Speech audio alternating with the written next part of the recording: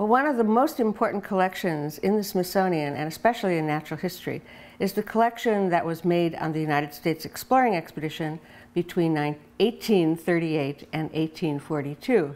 Now, the U.S. exploring expedition was the first United States important expedition for science and exploration, and it was under the command of Charles Wilkes, who was actually only a lieutenant, and it turned out that there was no one of higher rank that really wanted to take the expedition. So Charles Wilkes was put in charge of 5, sometimes 6 or even 7 ships that circumnavigated the globe. They left from Norfolk, Virginia in 1838. They traveled down the coast to Brazil, Argentina, Tierra del Fuego, up and around into the Pacific, where they collected many, many objects. Now, on the voyage, there were a number of scientists who collected a very large number of objects and specimens. And this included about 4,000 ethnographic objects, which is a very large number. There was 2,000 birds, 150 mammals, about 1,000 corals, crustaceans, and mollusks, numerous fish, and about 50,000 plants. So this was really a large collection and actually became one of the founding collections of the Smithsonian Institution. Now, the 4,000 ethnographic objects were first exhibited in what is now the U.S. Patent Office. This is before the Smithsonian was a museum. Now, the ones that came into the anthropology department are some of our most important pieces. And one of them is a wonderful cape made out of intestines. The style was made by many of the people in the northern areas, Alaska and so forth. This one appears to be from Kamchatka and made in the form of a cloak that would have been worn by a Russian officer.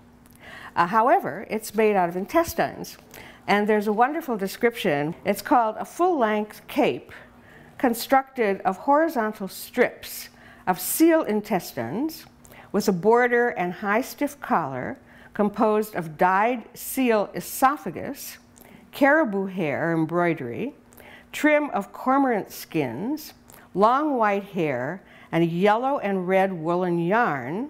There are very few of these in the world, and this one is in almost perfect condition. Another very large number of pieces came from Fiji. There was like 1,200 pieces from Fiji, and some of them were clubs. We have a very large collection of the most beautiful clubs. The warriors in Fiji made these wonderful pieces. Now, while Wilkes was in the Fiji Islands, there was a special presentation for Wilkes and the crew, the officers and men. And during this presentation, there was dancing, and there was the presentation of clowns. And one of the clowns was wearing masks. And we have 2 masks from this occasion, which are probably the only 2 19th century masks from Fiji in the world. As I said, there was only like 12 objects from Australia because the Australians did not have a large inventory of material culture. However, one of the things that they did collect was a cloak made of possum skin.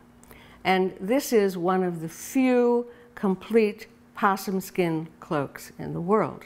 And what is so beautiful about it is that it is totally incised with designs on the inside, and then the fur is on the outside. It's one of the most beautiful pieces from Australia actually known in the world. Now, many of these objects are very important because they are no longer made in their home areas. And so we have so many people coming to visit, especially descendants of their makers, coming to do research. And actually, what is really important about the Smithsonian, and especially about the anthropology and natural history collections, is that it is a research collection. So although most of these things are not on exhibit, they are there for research, for scholars, for people who have descended from the area and people who are interested in their cultural heritage.